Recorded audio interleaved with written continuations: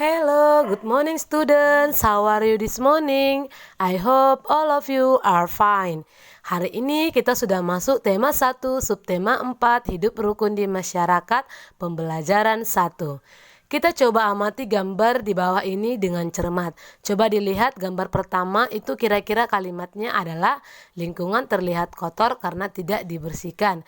Gambar kedua karena lingkungannya kotor, maka para warga bekerja sama dengan kompak dan rukun untuk membersihkan lingkungannya. Dan sekarang kita coba beri tanda centang untuk gambar yang menunjukkan sikap hidup rukun di masyarakat. Kira-kira gambar pertama ini gambar apa, Nak? Mereka sedang membantu orang yang kecelakaan sepeda motor. Itu merupakan contoh hidup rukun di masyarakat. Gambar kedua, warga sedang membersihkan lingkungan. Apakah itu contoh hidup rukun di masyarakat? Iya, ini juga contoh hidup rukun di masyarakat ya, Nak. Dan yang gambar ketiga, itu para warga sedang berdiskusi melakukan musyawarah. Apakah itu contoh hidup rukun? Iya, itu juga contoh hidup rukun ya. Gambar keempat itu lingkungan yang kotor tidak dibersihkan. Apakah contoh hidup rukun di masyarakat? Tentu saja tidak ya, Nak, karena itu menunjukkan tidak rukun. Sekarang kita masuk ke kalimat penolakan. Apa itu kalimat penolakan, Miss? Kalimat penolakan itu kalimat yang menolak seseorang untuk melakukan sesuatu. Ini adalah contoh kalimat penolakan.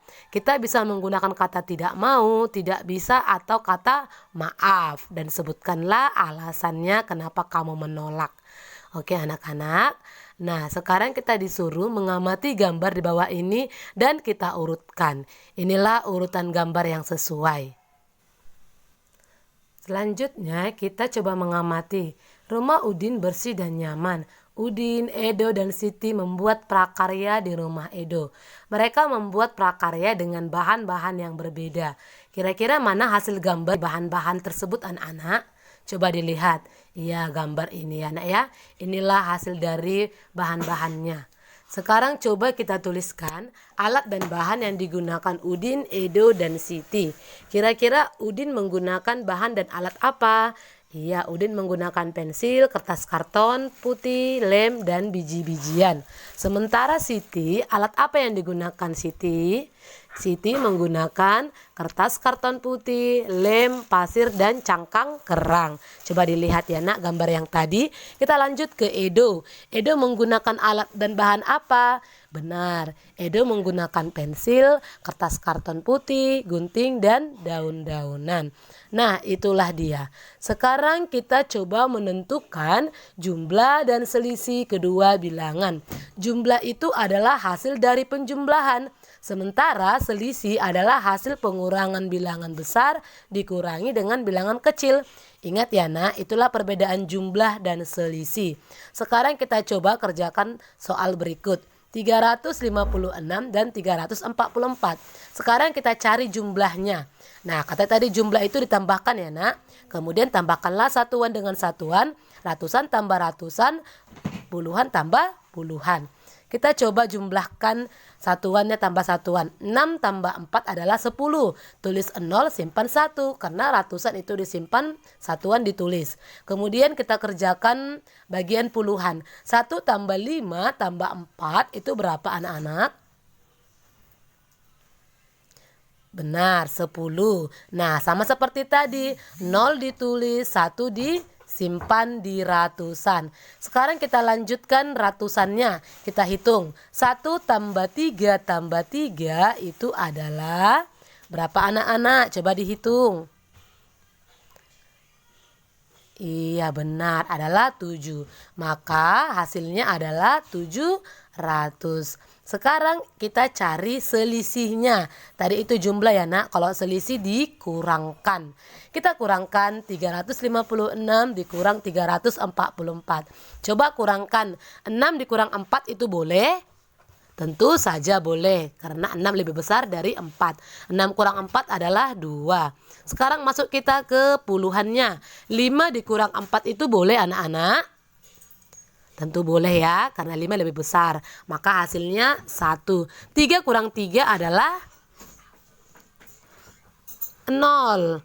Maka 0 itu tidak usah kita tulis karena dia di bagian depan ya nak. Berarti hasilnya 356 dikurang 344 adalah 12.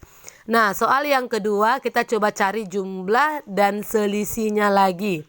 Coba pertama dari jumlahnya. 508 ditambah 192 itu berapa? Kita jumlahkan dari satuannya lagi. 8 ditambah 2 adalah 10. Maka 0 ditulis, 1 disimpan di atas puluhan.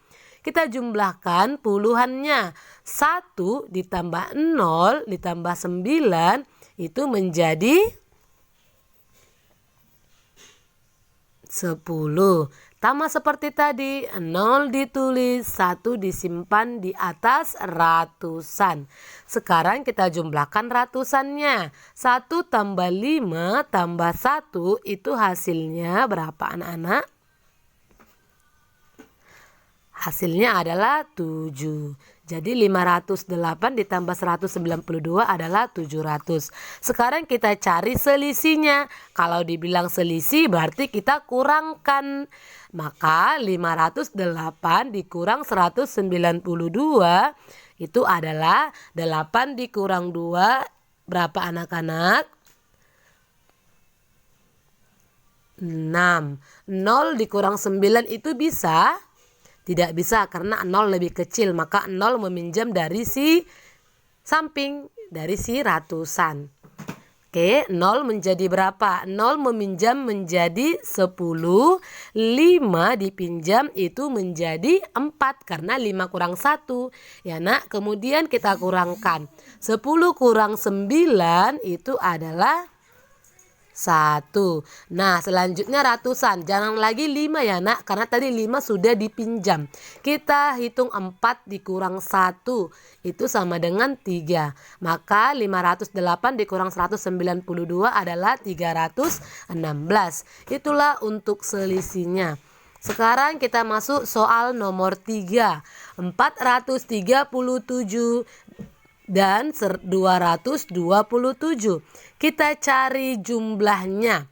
Maka kita tambahkanlah itu nak. 7 ditambah 7 itu berapa anak-anak? Karena selalu kita mulai dari satuan. 14. Maka 4 satuan ditulis dan 1 puluhan disimpan. Kemudian kita jumlahkan puluhan. 1 tambah 3 tak itu adalah benar 6 ya nak. Kemudian ratusannya 4 tambah 2 sama dengan berapa? 6. Jadi 437 ditambah 227 adalah 664. Sekarang coba kita cari selisihnya. Tadi ingat ya, selisih itu dikurangkan. Maka kurangkanlah dia. 437 dikurang 227. Kita kurangkan dari satuan. 7 kurang 7 adalah 0, benar. 3 kurang 2 adalah, kurangkan ya nak, 1. 4 dikurang 2 adalah 2. Nah, inilah dia selisih dari 437 dan 227 adalah 210. Ingat ya anak-anak Miss, untuk mencari jumlah dan selisihnya, kalau dibilang jumlah maka ditambah. Kalau dibilang mencari selisih maka dikurangkan. Mengerti ya anak-anak? Nah, sekarang tugas kalian coba kerjakan 5 soal ini. Tentukanlah jumlah dan selisih dari bilangan-bilangan berikut. Oke anak-anak? Selamat mengerjakan. Have a good day. Keep strong, keep spirit, and all the best. Goodbye and see you later, students.